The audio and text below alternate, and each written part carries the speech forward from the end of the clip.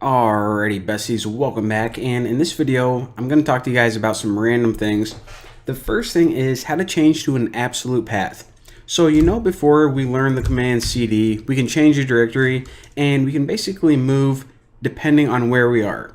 So right now inside Bucky there's a directory inside here called desktop, so we can do that.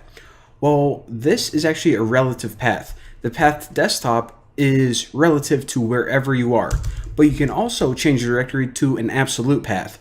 So say that you want to go to some directory in your hard drive and you don't want to type cd to get there. What you can do is you can actually go cd and start typing in the absolute path. So I'm going to write C, which means my hard drive, program files. Now before I even continue, I want to bring up this point. So take note of what Windows did. So usually whenever we use tab auto completion, what it does is it just pops in the directory's name, but now what it did is it popped in the name with double quotes around it. Why did it do that? Well, with Windows, whenever you make a directory, you can actually have a space in your directory name. So a lot of the times whenever you're using the command line, what you do is you write in something like dir/a, and this space actually means, okay, this is the command, and then I'm going to separate it with a space and then give you some options. Or maybe you're changing to the desktop, so you're going to write the command name space and then another part of the command, in other words the folder you want to move into. However, if you just do this, so for example cdc, and there's a space in your directory name, then if you don't use those double quotes, then what your command line is going to think is that this isn't one directory's name. You just want to change your directory into C program, and then files is actually like some weird option or something. So anytime you have a directory's name or a path with a space in it, you need to surround it with double quotes, and that's your way of telling Windows, hey, this is one single path. So from here, let me just go to Wireshark, and then it's going to move me to Wireshark. So again, that is how you use absolute paths. And now let me clear this because I want to show you guys this. So if I just go dir, then I'll just show you guys this real quick. All right. So inside here, I have an executable named tshark.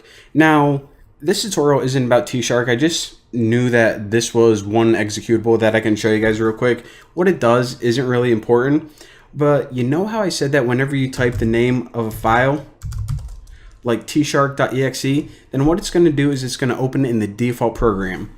So if you were to do this with image, it would open it in your image window. If you were to do it with a text file, it would open it in Notepad. However, what you can do is you can actually just type in the name of an executable, and it's going to go ahead and start running whatever the program does. So if you ever want to stop it, you can hold down Control and hit C. But again, I just want to point out that you can run an executable by typing the name of the executable.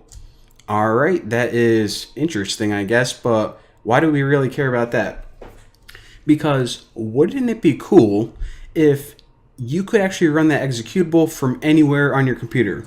So let's say that you wanted to go to users Bucky. All right, so let's say that we were in Bucky right now and we wanted to run that tshark program or some kind of executable that, I don't know, maybe we made in C++ or whatever. Well, instead of having to go all the way back to Wireshark, there is actually a way that we can run that tshark program right from here. Now, that brings up this right here. If you type in path and hit enter, what this is going to do is it's going to give you Windows path. So what is Windows path? Basically, whenever you type the name of a program, holy crap, can't type, like tshark, what Windows is going to do is it's going to first look through your current directory and it's going to say, nope, I can't find that. So if it doesn't find it, it's just going to freak out. However, what you can do is you can actually take the executable and add it to your path. So your path is pretty much your way of telling Windows, hey, whenever I type in a command and you don't recognize it, first look through my current directory, whatever directory I'm currently in. If you can't find it, then go ahead and look through all of these directories that I give you in my path.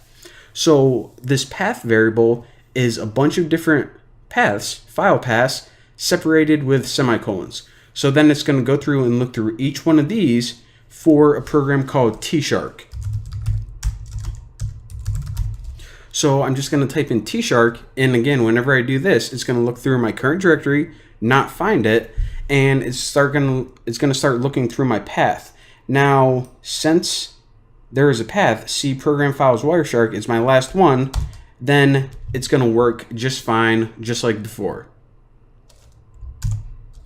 So CLS, clear out of there. So again, anytime you want to be able to run an executable from anywhere on your computer, add it to your system path.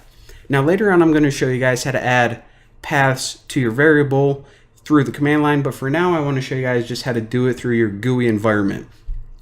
So whenever you need to add a path to your variable, then what you do is if you write start and you right click on computer and hit properties, you can go ahead and click on advanced system settings and environment variables. So here you're going to see a variable for path, and if you edit this, then you can type in all the paths where you want Windows to look whenever you type in a command. So since I have Wireshark right in there, that's why I was able to type T-Shark from anywhere on my command line, and it knew to look right here. So pretty cool. And I think we're kind of running out of time for this tutorial, but in the next tutorial, I have no idea what I'm going to cover. Hopefully you guys learned something in this one. If not, well, I don't know what to tell you. But yeah, thank you guys for watching, and I'll see you next time.